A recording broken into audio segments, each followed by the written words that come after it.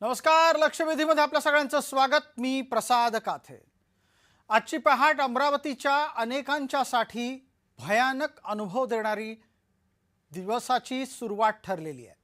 या पहाटे जवळपास 3 ते 3:30च्या दरम्यान अमरावतीच्या रुग्णालयामध्ये, सरकारी रुग्णालयामध्ये नवजात बालकांच्या विभागात स्फोट झाला. त्यात 3 बालकांचा होरपळून मृत्यू झाला आहे. कारण व्हेंटिलेटरचा स्फोट झाल्यानं तिथे अत्यंत आव्हानात्मक परिस्थिती निर्माण झाली होती. महिला रुग्णालयात हे अग्नितांडव झालं. अक्षरशः देवासारख्या धावून आलेल्या एका परिचारिकेनं 36 बालकांना वेळेवर बाहेर काढत त्या विभागातून जिवंत वाचवलेलं आहे. तुम्ही कल्पना करून पहा, तुमचं नवजात बालक हे आजारी आहे म्हणून अधिक चांगले उपचार देण्याच्यासाठी रुग्णालयातल्या ज्या भागात असतं तिथेच आग लागते आणि ते बालक होरपळून मृत्युमुखी पडतं. जी वेदना आहे ती कल्पना करण्याच्या पलीकडे आहे. या वेदनेला जबाबदार कोण आहे याचे प्रश्न विचारावेच लागतील. पण ही परिस्थिती नेहमीची आहे हाच अत्यंत चिंतेचा मुद्दा आहे. दर 2 महिन्यांनी भारतामध्ये रुग्णालयात आगी लागतायत, रुग्ण त्यामध्ये दगावतायत. ही परिस्थिती सुधारण्यासाठी राष्ट्रीय पातळीवर असो की राज्य पातळीवर काही होतंय का, हा प्रश्न कुणी कुणाला विचारायचा. आम्ही तो निश्चित विचारू, पण त्याचं उत्तरही समाधानकारक देण्यासाठी लोकांनी खुल्या दिलानं होणाऱ्या चुका मान्य करायला हव्या. रुग्णालयाच्याकडून उत्तर दिलं जात आहे की अग्निरोधक यंत्रणेची चाचणी झालेली होती, मग आग का लागली. आत्ताच्या घडीला चौकशीचे आदेश रवाना झालेले आहेत.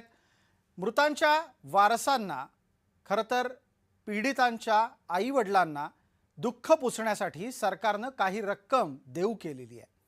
हे सगळं वारंवार घडतंय याची चिंता सर्वाधिक असायला हवी. अत्यंत काळजीपूर्वकरित्या रुग्णालयातली प्रत्येक जागा सुरक्षित करायला हवी. होत नाहीये ही वेदना आहे.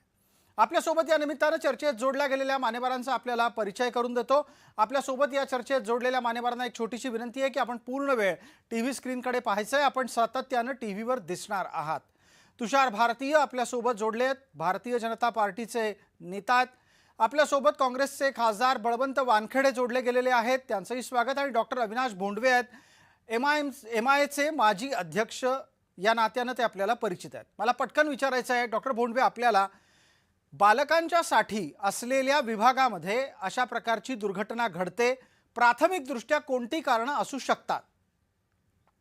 एक लक्षात घ्या की अशा प्रकारचं आग पूर्वीही महाराष्ट्रात लागलेली आहे. तुम्हाला आठवत असेल तर 2020-21च्या दरम्यान भंडाऱ्याला या पद्धतीने लहान मुलांच्या आयसीयू मध्ये आग लागली होती. बिलकुल. आता हे जे आहे याच्यामध्ये असं आग लागण्याचं किंवा ह्याचं कारण असं असतं की सर्व ह्या अशा ठिकाणी ऑक्सिजन किंवा स्पिरिट किंवा अशा पद्धतीची ज्वालाग्राही अनेक मटेरियल असतात की ज्यामुळे ते लगेच पेटू शकतं.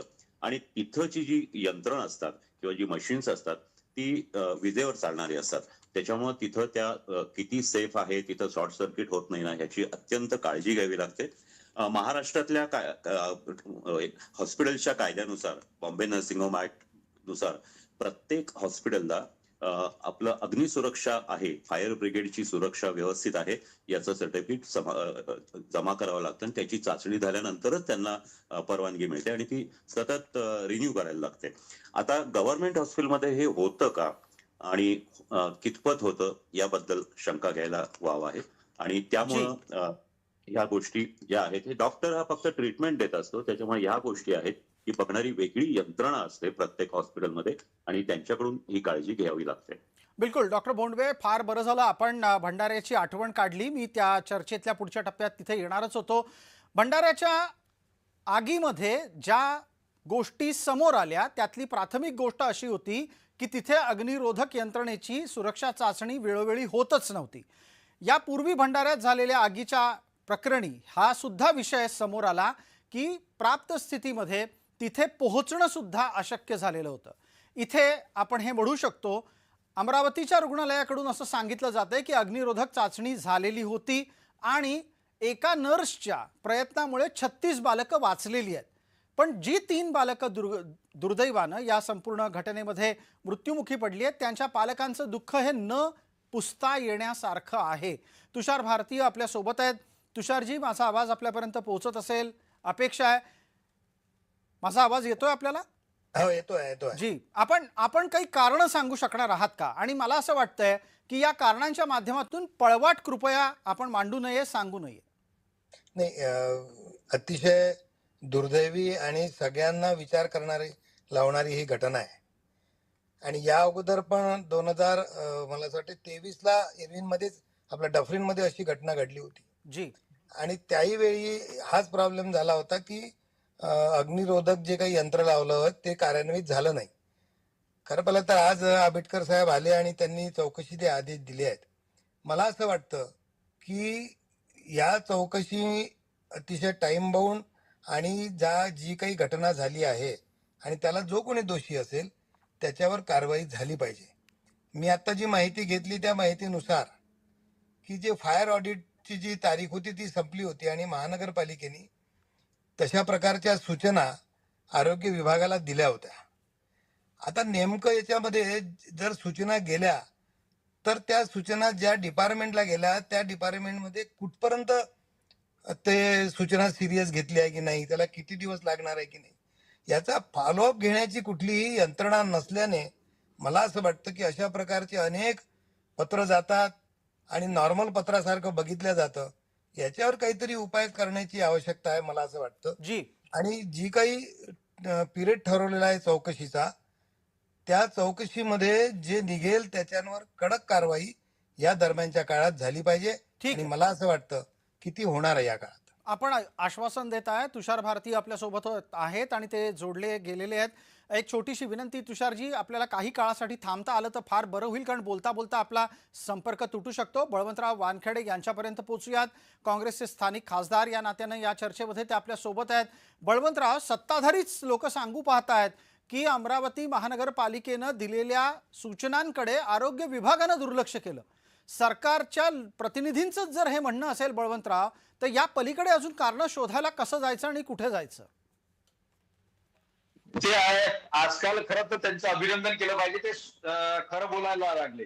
जे प्रशासनाचे जे दिलीगती आहे, जे प्रशासनाचा जो हे आहे, त्यामध्ये स्थूलता आली आहे. ती स्थूलता जे सत्ताधारी आहे यांना सुद्धा माहित आहे. या प्रकरणात सर्वप्रथम तुम्ही जे काही बालकं त्याच्यात दगावले असतील त्या सर्व बालकांना मी विनम्र श्रद्धांजली तर आपण करतोच. त्याचबरोबर जे काही हे आग लागली, ती आग लागली त्याचे कारण काय काय आहेत हे आपण पहिले सुरुवातीला पाहणं गरजेचं आहे. मला हे या निमित्तानं एकच प्रश्न विचारायचा आहे की 2022ला 5 सप्टेंबरला 2022ला याच कंपनीचे, सिलार कंपनीचे जे काही आयसीयू होते, युनिट होतं, ते युनिट त्यावेळेस सुद्धा जळलं होतं. आणि ते जळलं असताना त्याच कंपनीचं पुन्हा ते काय बसवलं हा एक मोठा प्रश्न आहे. जे सत्ताधारी आहेत त्या सत्ताधाऱ्यांचं या कंपनीवर काय एवढं मोठं प्रेम आहे की 2 वर्ष 3 वर्षाच्या अगोदर जर हे युनिट यांचे जळत असतील तर हे युनिट जळल्यानंतर पुन्हा ते युनिट का बसावे, ह्या निमित्ताचा प्रश्न उपस्थित होतो. आणि यासाठी तर प्रशासनाचं जे काही तिथली दिरंगाई होती, मग त्याचं फायर ऑडिट झालं काय, राष्ट्रीय आणि राज्य सुरक्षा, अग्नी सुरक्षा ही हे आहे, त्याचं नियोजन असते, त्याचे नियम आहेत, ते नियम यांनी पाळले का, त्या अंतर्गत वारंवार त्यांची तपासणी होते काय, तर या बाबतीत प्रशासन उत्तर देऊ शकत नाही. जी, बळवंतराव, आपण आत्ता बोलत असताना एका कंपनीचा उल्लेख केला की त्या कंपनीवर एवढी मेहरनजर का आहे, कोणत्या कारणानं ज्या कंपनीच्या आधीचं यंत्र जळालेलं होतं त्याच कंपनीला परत काम मिळालं, हा एक अत्यंत खळबळजनक खुलासा आपण या चर्चेत केलात. ही कंपनी आहे कुठली, कोणाची आहे आणि तुमच्या लेखी तिच्यावर मेहरनजर अमरावतीत करतंय कोण? त्याच्यावर मेहरनजर कोण करणार आहे? सत्ताधारी पक्ष. ती नागपूरची शिलारी कंपनी आहे आणि त्याच्यावर आमचं प्रेम असणार काय तर नाही. ते प्रेम सत्ताधाऱ्यांचंच आहे. त्या सत्ताधाऱ्यांचं प्रेम असल्यामुळेच त्या पुन्हा त्या कंपनीला तिथले ते जे काही हे आहेत युनिट आहेत ते युनिट द्यायला गेलं. ते यंत्र यंत्राचा ठेका त्यांना दिला गेला. म्हणून त्या सर्वप्रथम त्या जे काही कंत्राटदार असेल त्यांनी हे जे चुकीचे यंत्र दिले त्यावर गुन्हा दाखल झाला पाहिजे. मनुष्यवधाचा गुन्हा त्याच्यावर दाखल झाला पाहिजे.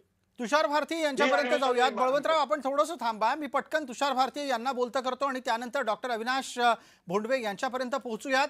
तुषार भारतीय, आपल्या नेत्यांकडून अशा कंपनीची पाठराखण होण्याचा एक गंभीर आरोप काँग्रेसवाले करतायत, ज्या कंपनीच्या आधीच्या यंत्रणा सदोष आहेत हे सिद्ध झालेलं होतं. बळवंतरावांना कदाचित हे माहिती आहे की ती कंपनी कोणाची आहे. कारण की ज्यावेळी 2022-23 ला ही घटना घडली त्यावेळेला यांचंच सरकार होतं, पालकमंत्री यांचेच होते, कंपनी हीच होती. त्यामुळे त्याच्यावर दोष कशाला बळवंतराव द्यायचा. आपण जर त्यातलं सत्य शोधत असेल तर त्यावेळी तुम्ही सत्ताधारी होते, त्यावेळेला चौकशीचं काय झालं मग? अशीच इरविनमध्ये आग लागली, डफरीनमध्ये आग लागली होती ना, त्यावेळी चौकशी समितीचं काय झालं? त्यामुळे यावेळी तर माननीय मुख्यमंत्री, माननीय पालकमंत्री आणि दोन्हीही उपमुख्यमंत्री आणि 8 दिवसात टाइम बाउंड प्रोग्राम दिला. त्यामुळे आरोप करायला काही लागत नाही, पण तो आरोप करत असताना बळवंतरावजी तुमच्याही सरकारवर येत आहे. ठीक आहे तुम्ही तुषारजी, आपण जोडलेले राहा. एक उत्तर घेऊयात बळवंतरावांकडून, नंतर एक माझा प्रश्न तुषारजी आपल्यालाच असणार आहे. बळवंतराव, तुमच्या सरकारच्या काळात, म्हणजे थोडक्यात मविया सरकारच्या काळामध्ये ज्या कंपनीनं वाईट काम केलेलं होतं त्या कंपनीच्या चौकशीचं काय झालं? कारण त्या कंपनीचा जर चौकशी अहवाल आला असता, त्या कंपनीवर दोष सिद्ध झाले असते, तर कदाचित तिला पुन्हा सरकारी कंत्राट मिळालं नसतं. हे बघा, चौकशीचा हा नेहमीचाच पार्ट झाला आणि चौकशी आज सुद्धा, आता उद्या सुद्धा चौकशी चौकशी समिती नेमल्या गेली. उद्या त्याचं काय होणार आहे हे आपल्याला सगळ्यांना म्हणजे माहीत जरी नसलं तरी वारंवार ज्या पद्धतीनं आतापर्यंत चौकशी झाल्या त्या पद्धतीनेच चौकशी होती. म्हणजे मग त्या शासनानं वेगळं काय केलं असेल? चौकशी केलीच त्यांनी, पण चौकशीचे आमचे पुन्हा मग यांचं सरकार आल्यानंतर यांनी काय ठेवलं ते त्यावेळेस दोषी निघाल्यानंतर ही कंपनी काय ठेवली हाही माझा या निमित्तानं प्रश्न आहे. मी राजकारण म्हणून बोलत नाही, टीका म्हणून बोलत नाही, पण हे जे काही जीवाशी खेळल्या गेलं त्या लहान बालकांच्या मागच्या वेळेस जीवितहानी नव्हती झाली, पण यावेळेस जीवितहानी झाली म्हणून त्याचं दुःख खूप आहे. तुषार भारतीयांपर्यंत जाऊया. तुषार भारतीय, आपण तर्क ऐकलेला आहे. डॉक्टर भोंडवेंपर्यंत जाण्यापूर्वी मला आपल्याकडून या गोष्टीचं उत्तर लागेल की याआधी जे चुकले त्यांना प्रश्न विचारायचे का आता जे सत्तेत आहेत त्यांना प्रश्न विचारायचे? ती कंपनी जर समजा चुकलेली होती तर तुमच्या कार्यकाळामध्ये त्या कंपनीचं कंत्राट रद्द होता आलं असतं, 3 बालकं वाचली असती की. त्यावेळी जर नीट व्यवस्थित चौकशी झाली असती तर यांना ब्लॅकलिस्ट केलं असतं. यांनी चौकशीच केली नाही. ते टेंडरमध्ये कदाचित आले असेल ते तर मला माहिती नाही, पण या संदर्भामध्ये आता 7 दिवसात जी चौकशी होणार आहे त्या चौकशीमध्ये जे काही ते दूध के दूध पाणी का पाणी होईल ना. तुषारजी, तोपर्यंत 3 बालकांचा जीव गेलाय. तुषारजी, तोपर्यंत 3 बालकांचा जीव गेलाय. तुम्ही सत्तेत आल्याच्या नंतर तुम्हाला माहित असलं पाहिजे की कोण चुकीचं कुठं काम करतंय. हो, तर त्याला कागदपत्र आता यांनी ज्यावेळेला त्यांनी भरला आहे टेंडर आणि यांनी काहीच नाही केलं. कदाचित त्यांनी जर चौकशी आदेश द्यानी ती योग्य चौकशी केली असती. आणि अजूनही त्या संदर्भामध्ये जी कमिटी आता 7 जणांची दिलेली आहे त्या 7 जणांच्या कमिटीमध्ये हा निर्णय होईल ना की नेमकं त्याला कोण जबाबदार आहे. पण तुम्हाला असं वाटतं, तुम्हाला असं वाटतं, कारण बळवंतराव वानखेडे थोड्या वेळापूर्वी म्हणाले की सरकारी समित्यांमधल्या चौकशा कशा होतात ते वेगळं सांगायची गरज नाही. एक प्रकारे त्यांनी त्यांच्या चौकशीची कबुली दिली. तुमच्या चौकशीत वेगळं काय होणार आहे? 100% जो दोषी असेल त्याच्यावर कारवाई होईल. पण दुर्दैवानं 3 बालकं दगावल्याच्या नंतर ही जाग आली असं म्हणावं लागेल. 3 बालकं यासाठी दगावावी लागली. आता त्याची संपूर्ण चौकशी होणार आणि जे दुःखद निधन ज्या 3 मुलांचं झालं त्यांना न्याय हे सरकार दिल्याशिवाय राहणार नाही. ठीक आहे, एक पटकन 30 सेकंदात आपण प्रतिक्रिया घेऊयात. बळवंतराव, पटतंय का तुम्हाला? आणि असं होईल यासाठी तुम्ही काय करणार आहात? तुम्ही सत्ताधारी गटाचे नाही, तुम्ही विरोधी गटाचे आहात. तुम्ही सगळ्या गोष्टी म्हणजे चौकशीमध्ये दोषी व्यक्ती खरा कोण ते कळेल यासाठी जागे राहणार आहात का तुमच्याकडून आरोप प्रत्यारोप सुरू राहणार आहेत?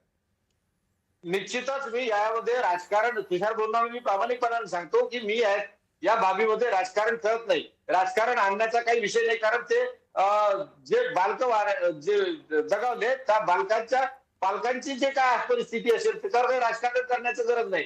परंतु या ज्या चौकशा आहेत त्या चौकशा निपक्षपणानं झाल्या पाहिजेत आणि दोषीला कडक कारवाई झाली पाहिजे.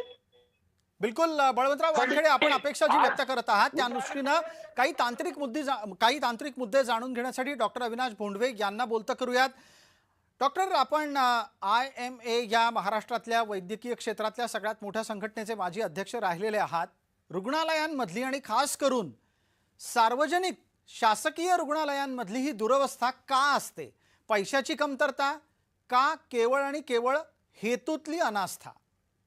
तुम्ही फार महत्वाची गोष्ट विचारलेली आहे. एक लक्षात घ्या की यासाठीचे कायदे सगळे आहेत, परंतु दुर्दैवाने ते फक्त कागदावरच राहतात. तुम्हाला आठवत असेल तर भंडाऱ्यामध्ये सुद्धा जे घडलं होतं तेव्हाही ह्याची सगळी तपासणी झाली होती. त्यावेळेला एक असं लक्षात आलं होतं की तिथले जे इन्चार्ज होते, प्रशासन होतं, त्यांनी सरकारला त्याच्यासाठीचं जे बजेट मागितलं होतं ते अनेक दिवस मिळालं नाही.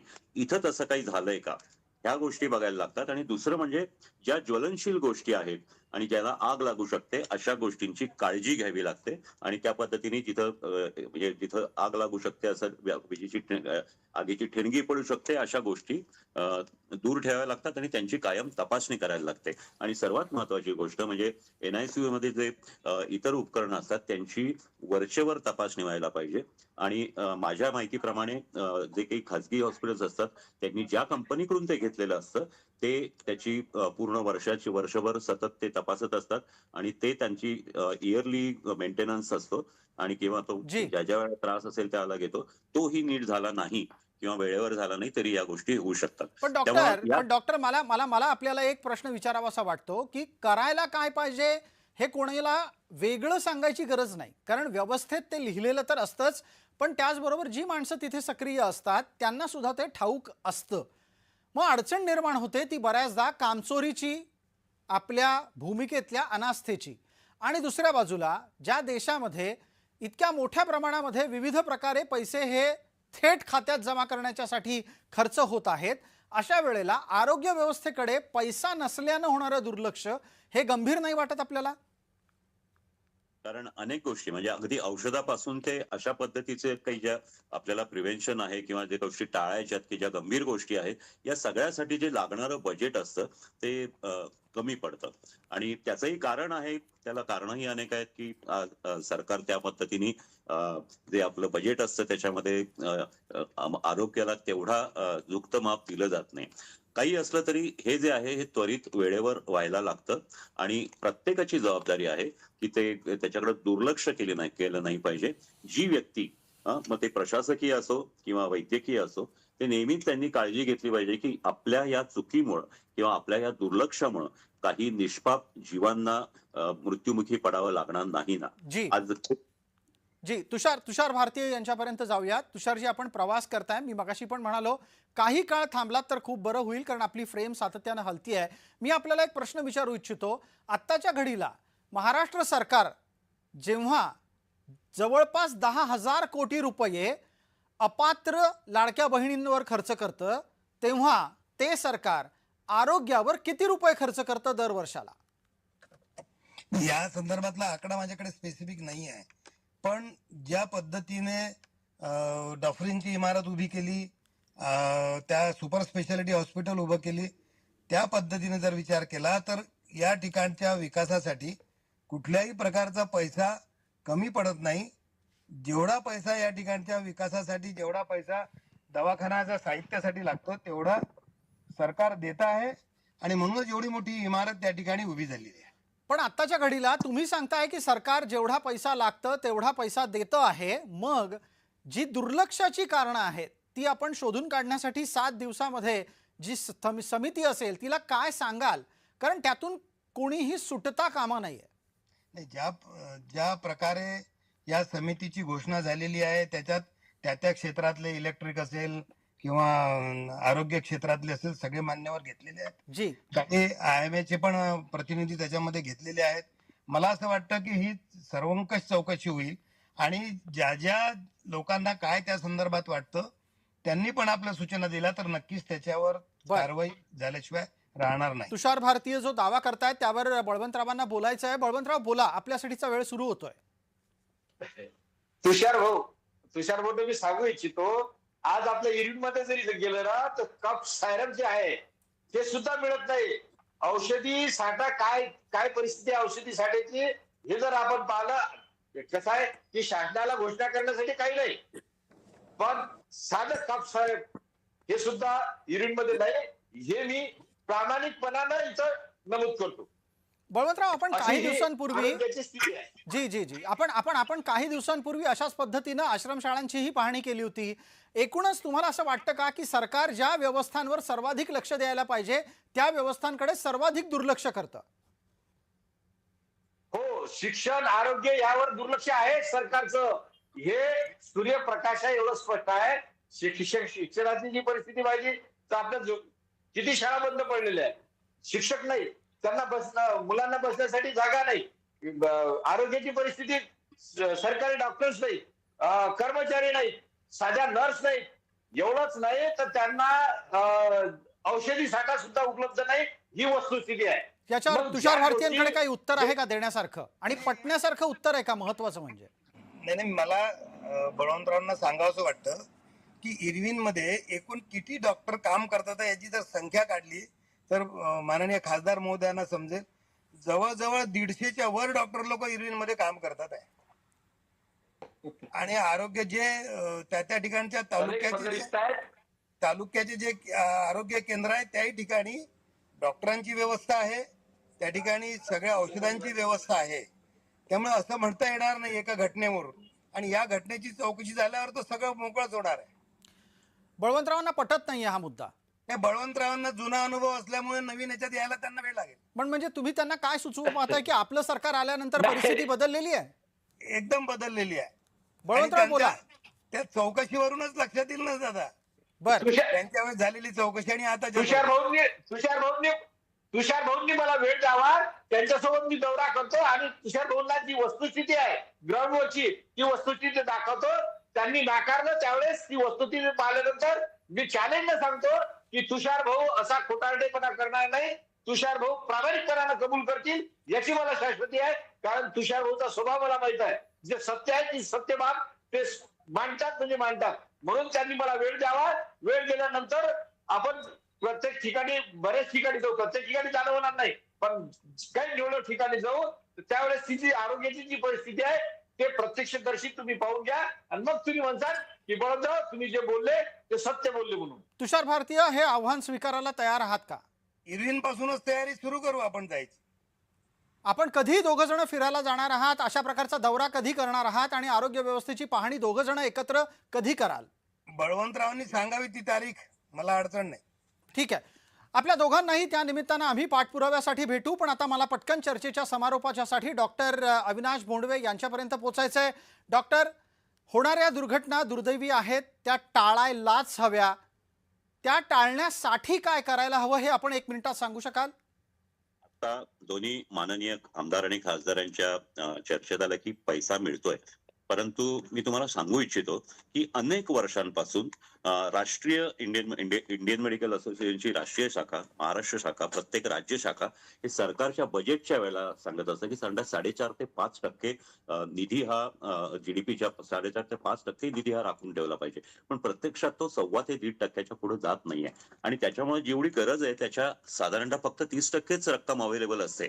ती बरीचशी पगारात खर्च होते आणि या गोष्टी ज्या आहेत आवश्यक गोष्टी आहेत, मग औषधं असतील, त्याच्यामध्ये इतर आयसीयूचे यंत्र असतील, याच्याकडे लक्ष दिलं जात नाही. तुम्हाला जर आठवत असेल तर कोविडची साथ ज्यावेळेला सुरू झाली त्यावेळेला पहिल्या काही दिवसातच सर्व सरकारी हॉस्पिटलमध्ये हे लक्षात आलं की त्या यंत्रणा नाहीये, जी. त्या ठिकाणी व्हेंटिलेटर्स नव्हती. तर याचं कारण हेच आहे की या गोष्टी घेण्यासाठी जो निधी लागतो तो निधी हवा तेवढा उपलब्ध होत नाही. बिलकुल, तर आपण या गोष्टीचं- महत्वाचा मुद्दा मांडला. जो निधी उपलब्ध व्हायला पाहिजे तो होत नाही, जो मिळतो तो पगारात जातो. त्यामुळे औषधं आणि यंत्रणा या दोन्हीचा तुटवडा सरकारी पातळीवर, सरकारी रुग्णालयांमध्ये दिसत राहतो. आता तुषार भारतीय दावा करतायत की येत्या 7 दिवसात ते खरं कारण आगीचं शोधतील, दोषी व्यक्तीचं नाव सांगतील. अपेक्षा त्याच्या पुढची आहे तुषारजी. अपेक्षा हीच व्यक्त करतो की परिस्थिती बदलली पाहिजे. या निमित्तानं आपण सर्व मान्यवर चर्चेत सहभागी झालात त्याबद्दल आपले मनपूर्वक आभार. लक्षवेधीच्या या भागामध्ये तुर्तास इतकंच. आपण पाहत रहा फक्त जय महाराष्ट्र.